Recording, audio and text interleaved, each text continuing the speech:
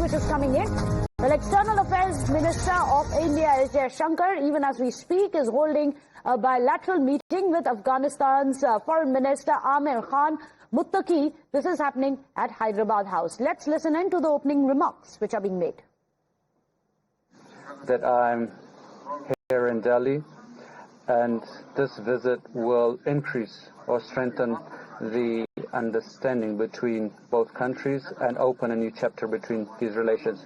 We hope that Afghanistan and India, on an official level and in different areas, increase their engagements and exchanges. We hope that through talks and dialogue we can increase the level of understanding between us. During the American occupation, there was many ups and downs that happened. However, throughout this time, we never gave a statement against India. Rather, we always sought good relations with India. We will not allow any group to threaten. That, of course, is the Afghan Foreign Minister. Let me go across to Rishabh, who's joining us with more details. Rishabh, it's very interesting. This is the highest level of interaction that India has had with the Taliban regime in Afghanistan. External Affairs to the Foreign Minister interaction, the bilaterals which are happening right now. I believe External Affairs Minister S. Jaishankar has already spoken. What is it that he had to say? Well, there are three things here that External Affairs Minister has spoken about. First, the sensitivity of Afghanistan regime, the current Afghanistan regime toward India's national security and their support to India after the Pahalgam attack in April. This is what something, the way Afghanistan took stand against terrorism when it came to Pahalgam attack. There was a statement that came in from Kabul as well in support of India. When even Operation Sindoor happened, Afghanistan did support India as well. Apart from that, India also went on to say that they will go forward with the humanitarian assistance that India has been doing in Afghanistan. When it comes to India has sent wheat, India has sent medicines as well in Afghanistan in past. That is something that India talks about. External Affairs Minister also goes on to say that he have had opportunities to speak to the acting Foreign Minister of Afghanistan, Muttaqi, and in person they are meeting for the first time since 2021. Here in New Delhi, and that is something that will further build confidence between Delhi and Kabul. As of now, there is not a single word on recognition, or for that matter, we haven't heard anything that showcases that India is progressing toward recognition of the Taliban regime in Afghanistan. That's very interesting, but this also comes at a time when the two nations have a common enemy, Pakistan. At a time when Afghanistan's foreign minister is in India, you have Pakistan attacking parts of Kabul as well. Thankfully, there have been no casualties which have been reported. But this issue is likely to come up, will it? Well, definitely. See, if we talk about Pakistan, just last night we saw Pakistan bombing Kabul. Many experts suggest that this is an unprovoked attack by Pakistani Air Force in Kabul, and also there is a statement that has come in from the spokesperson of the Taliban regime saying that nothing much has happened, there is no casualty for that matter, and all the claims by Pakistan Air Force is just superfluous. And yes, there were explosions in Kabul. So definitely Pakistan will come up during the discussion between India and Afghanistan. Remember, what we are talking about is a public statement of sort from both the sides, where we heard External Affairs Minister as well as Afghan FM Muttaqi as well. Afghan FM is also expected to address media at around 3:30 p.m. here in New Delhi from Afghanistan Embassy. So there are a lot of things that will be clear in that press conference as well. India will definitely rake up the cross-border terrorism. India has always been of the view and has always communicated this to the new regime in Kabul, that India expect Taliban regime to ensure that Afghan territory is not used for anti-India activities, and especially when it comes to terror camps and other such facilities that Pakistan initially felt that they can set up in the Pakhtun area of Afghanistan after Taliban takeover. That is something that India has time and again spoken about, and in this meeting as well that will take place. This agenda will definitely come up, that Afghan Afghan territory should not be used against India's security. Well, in fact, do stay on with us, Rishabh. Pathik Pan is also joining us, a strategic expert. Pathik, what do you make of this interesting development which has happened? Because we have on one hand the Afghan foreign minister touring India. That's the time when Pakistan strikes the heart of Afghanistan. Now, both of us, the two nations, have one thing in common: an irritant in the neighborhood. Well, Pakistan have always dreamed of having Afghanistan as its strategic backyard and death. The fact that Afghan people refuse to bow down to the dictums of Pakistan, the fact that Taliban today, the Afghan government today does not want to be driven or controlled by ISI is the reason that Pakistan is doing these things.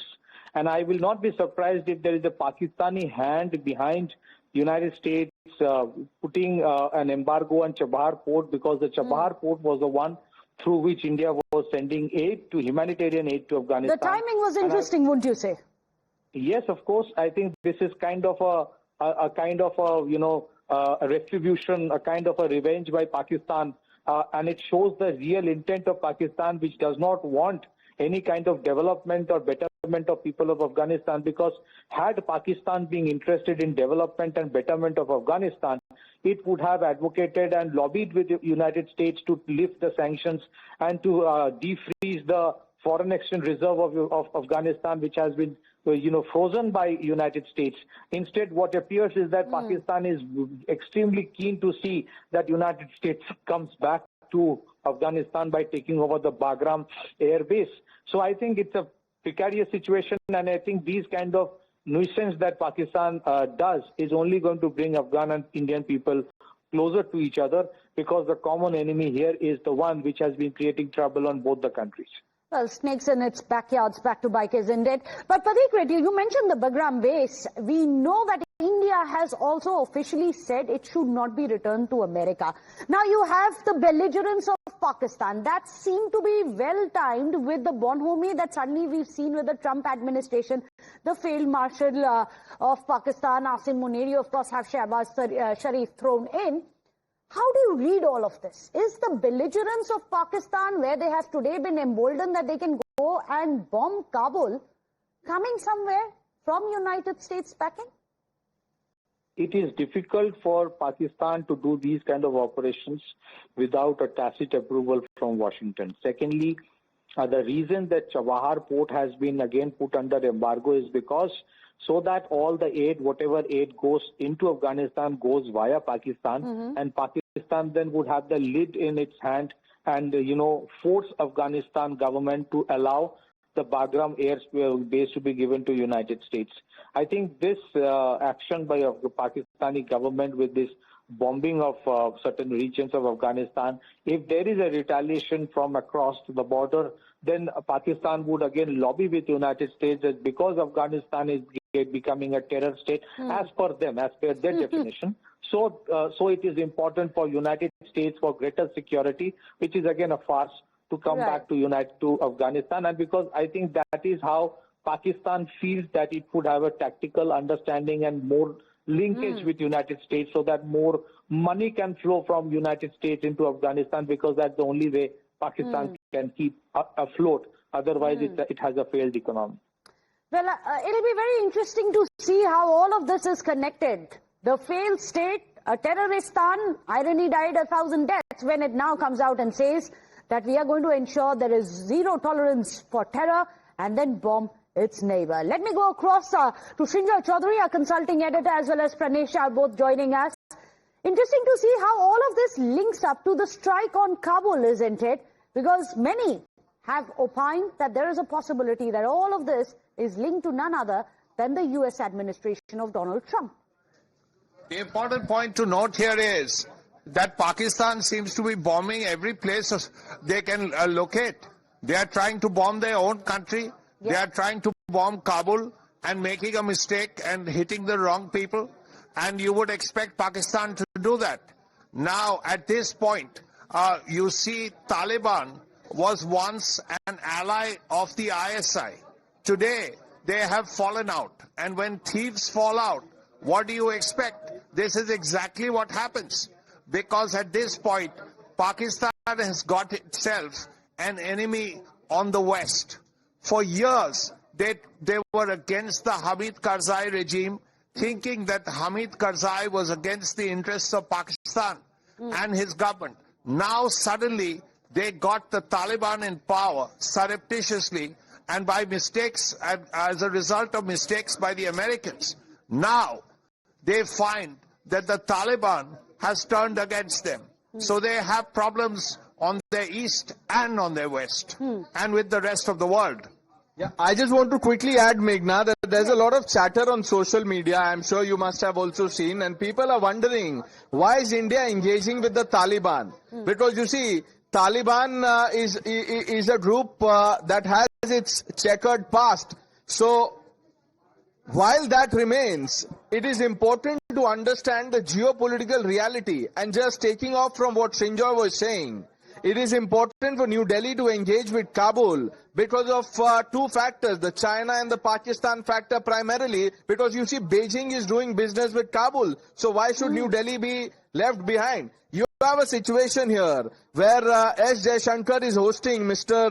Muttaqi, the foreign minister, and mind you, he's a UN-sanctioned person. His assets have been frozen. He also faces travel bans. But in the face of all of that, here is India's message to the world that while Afghanistan is seeking legitimacy, return to the mainstream, New Delhi is an important voice. The other aspect that I want to quickly talk about, and Srinjoy can shed more light on it, is that it is important for India to counterbalance what happens between Pakistan, China and America. There is a lot of infrastructural push by Beijing, many projects that Beijing is undertaking in Afghanistan, thereby giving Pakistan the leverage. Now, there are between Afghanistan and Pakistan, obviously, border tensions, refugee crisis, all of that. Right. India sees some scope here to become an important partner. Srinjoy, what do you make of this? But Srinjoy, I would also like you to throw some light on these visuals. This visual that we can see on our screens, while there is a lot talked about the legitimacy, which India has not promised to the Taliban regime, just to point it out. But this meeting is happening without the two flags, without the flag of the Taliban regime. That itself is a big message, isn't it, from India? That's a very good point. Let's also not forget that the United Nations has actually cleared this visit. Yes. The United Nations has said that yes, Muttaqi is allowed to leave Afghanistan.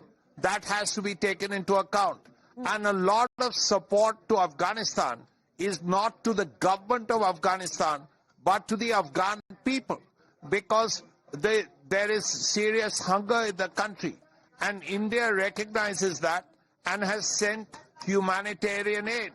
And what harm is there to send food to people who are hungry, regardless of which regime they are under? That's not their fault. That their political masters are the people they are. At the end of the day, they are dying of hunger. What harm is India doing by sending food to the Afghans? That also reinforces India's long-standing policy when it comes to Afghanistan, because there are financial ties, strategic ties, and also humanitarian ties which have continued before and after the Taliban regime takeover. In fact, let's listen in to what Dr. Jaishankar had to say. Pursue studies at Indian universities. Sports is another long-standing connection. The emergence of Afghan cricket talent has been truly impressive. India is glad to deepen its support for Afghan cricket. As you are aware, India has introduced a new visa module for Afghan people in April 2025. As a result, we are now issuing greater number of visas, including in medical, business, and student categories. Excellency, we have a common commitment towards growth and prosperity. However, these are endangered by the shared threat of cross-border terrorism that both our nations face. We must coordinate efforts to combat terrorism in all its forms and manifestations. We appreciate your sensitivity towards India's security concerns. Your solidarity with us in the aftermath of the Pahalgam terrorist attack was noteworthy. India is fully committed to the sovereignty, territorial integrity and independence of Afghanistan. So that was the External Affairs Minister during that interaction with his Taliban counterparts from Afghanistan. Let me go back once again to Srinjoy Chaudhary. Srinjoy, is India really in a position to trust Afghanistan? Because at the time that the Taliban regime returned to power after having ousted the Northern Alliance, it was Sirajuddin Haqqani, who was also, of course, a very prominent member of the Taliban regime, of the Haqqani network and the new Afghan dispensation that had taken over. And soon after that came into being, the then DG of the ISI, Faiz Hamid, actually flew down to Kabul and met the Haqqani network as well as the Taliban. Now, the Taliban and the Pakistani dispensations through various years go back a long way. The Taliban regime had been first, in fact, acknowledged and recognized by Pakistan as well when it was a pariah in the rest of the world. So while the two are now meeting here in India, while we are meeting our counterparts from the Taliban regime in New Delhi, are we really in a position to trust them on crucial matters such as national security and terrorism?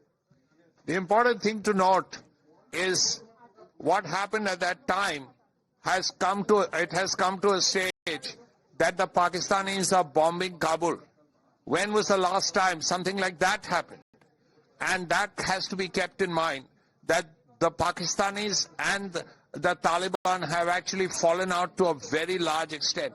Yes, of course, Sirajuddin Haqqani was part of the ISI network. There is no dispute about that. The Haqqani network was definitely a part of the ISI. And now, of course, it's got to a stage because of their problems within Afghanistan, the lack of food, other economic problems. As a result, the Taliban is trying to do other things. But if India has to strengthen ties with the Taliban, it also should make certain things clear. The point that women and girls should get the education they deserve and they need. And things like that should also be taken into account. These are things that the Indians could tell the Afghans that, look here, we want to deal with you, but keep in mind the fact that 50% of your country, that is all the women, are not allowed university education. Correct. How can that be? These are points that should also be made, not publicly, but privately at least. Absolutely, Srinjoy. You're absolutely right about that particular point. Let me, in fact, go across to Rishabh as well. Rishabh, can you give us a perspective on the relations between the current Taliban dispensation that is ruling Afghanistan and their neighbors in Pakistan? Because if you go back to more than a decade ago or even before that, Pakistan and Taliban were on very good terms, especially when Pervez Musharraf was in fact ruling Pakistan at that point in time. And now, of course, you have at least a de facto situation where it's Field Marshal Asim Munir pretty much controlling proceedings in Pakistan. How is the relation between the two countries, and how is that likely to impact India's equations with Afghanistan right now? Well, Siddharth, I'll start from August 2021. 15th August 2021 is when Kabul fell to Taliban, and since then Taliban has been ruling the Afghan territory. Within 1 week, we saw the DGISI visiting Kabul, and actually having the visuals came in where he is having a cup of tea with the leaders of Taliban, and a good cup of tea kind of statements came in from there. Back then, Pakistan thought US is gone. We have earned billions of dollars from United States during the Afghan war, and now it's time that Taliban is back. Use Taliban, or for that matter Afghanistan, as their backyard. But the renewed Taliban, Taliban 2.0, was different from what it was back in 90s. And that's the reason that things started getting difficult for both Taliban and Pakistan to be seen together. A durant line is something that Pakistan wants to enforce. For the first time, when the Afghani refugees started coming to Pakistan, Pakistan deployed troops on Durand Line and actually fortified the Durand Line. That did not go down well with Taliban. No one in Taliban, and even in, for that matter, in Khyber Pakhtunkhwa, likes Durand Line because they say that this is a line that is being drawn between the Pashtun tribes, and that is something that we will never accept. After that, things started going in. TTP became more prevalent in KPK and even in Balochistan for that matter, and that's where Pakistan started taking a step back and accusing Taliban of sponsoring or sheltering the Tehrik-e-Taliban Pakistan for that matter. Only last night there were 2 explosions reported in Kabul, which Pakistan say was done to kill the chief of TTP. This in response to a terror attack that left 11 of Pakistani army officers and soldiers dead just last week. We heard Khwaja Asif, the defense minister of Pakistan, speaking in National Assembly yesterday, saying that the red line has been drawn and Afghanistan needs to pay for the terrorism that it's sheltering on Afghan territory. And this, in a nutshell, describes the relationship between Kabul and Islamabad. While Kabul is very clear that our sovereignty, our integrity will not be compromised, we are not your backyard, will not be Pakistan's subsidiary, which Pakistan was dreaming about. And now when this whole background thing I just need to interrupt you there for a moment, both Srinjoy as well as Rishabh. I'll just keep coming back to you. But after, of course, we've heard these bites and these responses from the External Affairs Minister, Dr. S. Jaishankar, during his interaction with his Afghan counterparts.